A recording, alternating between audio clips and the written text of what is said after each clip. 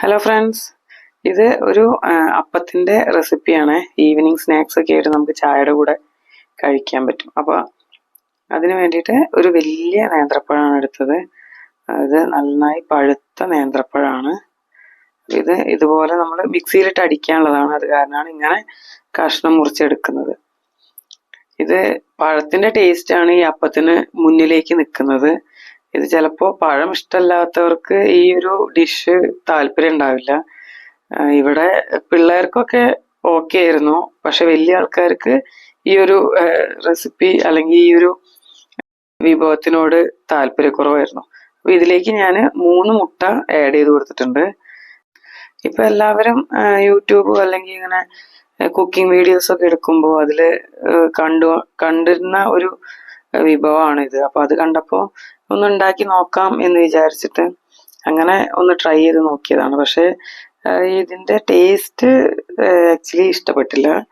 അപ്പോൾ ഇനി ഇതിൽ ഞങ്ങൾ ചെയ്തതിൽ എന്തെങ്കിലും മിസ്റ്റേക്ക് ഉണ്ടോയെന്ന് ഉണ്ടെങ്കിൽ ഇത് കാണുന്നവർക്ക് ആർക്കെങ്കിലും അറിയുമെങ്കിൽ എന്തെങ്കിലും തെറ്റ് പറ്റിയിട്ടുണ്ടെങ്കിൽ അതൊന്ന് പറഞ്ഞു തരണേ. എന്താണ് ഇതിൽ കൂടുതലായത്, എന്താണ് ഇത് പറ്റിപ്പോയത് എന്ന് അറിയില്ല. അപ്പം ഇങ്ങനെയാണ് ഞാൻ ചെയ്തത്. ഇതിലേക്ക് 1 ഗ്ലാസ് പാല് ഞാൻ ആഡ് ചെയ്ത് കൊടുത്തു.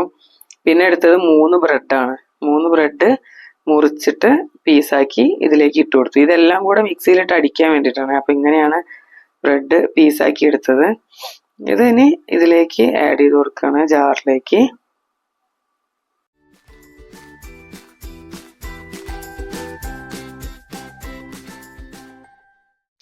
ഇനി ഇതിലേക്ക് ആഡ് ചെയ്യുന്നത് 2 സ്പൂൺ പഞ്ചസാരയാണ്. ഇപ്പോൾ 2 സ്പൂൺ പഞ്ചസാര ഞാൻ ആഡ് ചെയ്ത് കൊടുത്തിട്ടുണ്ട്. ഇനി ഇതിലേക്ക് ഒരു ഫ്ലേവറിന് വേണ്ടിയിട്ട് ഒരു 3 ഏലക്കായ ഞാൻ ഇട്ട് കൊടുത്തിട്ടുണ്ട്. ഇതൊന്ന് മിക്സിയിൽ നന്നായിട്ട് ബ്ലെൻഡ് ചെയ്തെടുക്കണം. അപ്പോൾ നല്ല ഈ ഒരു കൺസിസ്റ്റൻസി ആയിട്ട് വന്നിട്ടുണ്ട്. നന്നായിട്ടത് ബ്ലെൻഡായി അരഞ്ഞു വന്നിട്ടുണ്ട്. അപ്പോൾ ഇതിങ്ങനെയാണ് കൺസിസ്റ്റൻസി. ഇനി ഇത് ഞാനത് ആവിയിലേക്ക് വെക്കാൻ പോവാണ്, സ്റ്റീമിന് വെക്കാൻ വേണ്ടി പോവാണ്. അപ്പോൾ നെയ്യാണ്, 1 ടീസ്പൂൺ നെയ്യ് ഞാൻ ഒഴിച്ചു കൊടുത്ത് പാത്രത്തിലേക്ക് ഒന്ന് തടവി കൊടുക്കാൻ വേണ്ടിയിട്ടാണ്, അടി പിടിക്കാതിരിക്കാൻ വേണ്ടിയിട്ട്.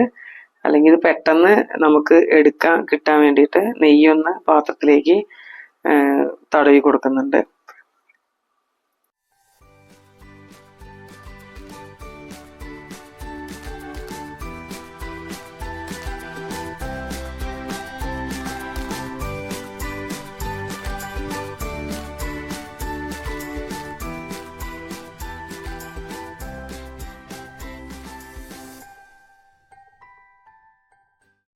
ഇപ്പം നെയ്യ് ഞാൻ ആ പാത്രത്തിൻ്റെ എല്ലാ ഭാഗത്തും നന്നായിട്ട് തേച്ച് കൊടുത്തിട്ടുണ്ട്.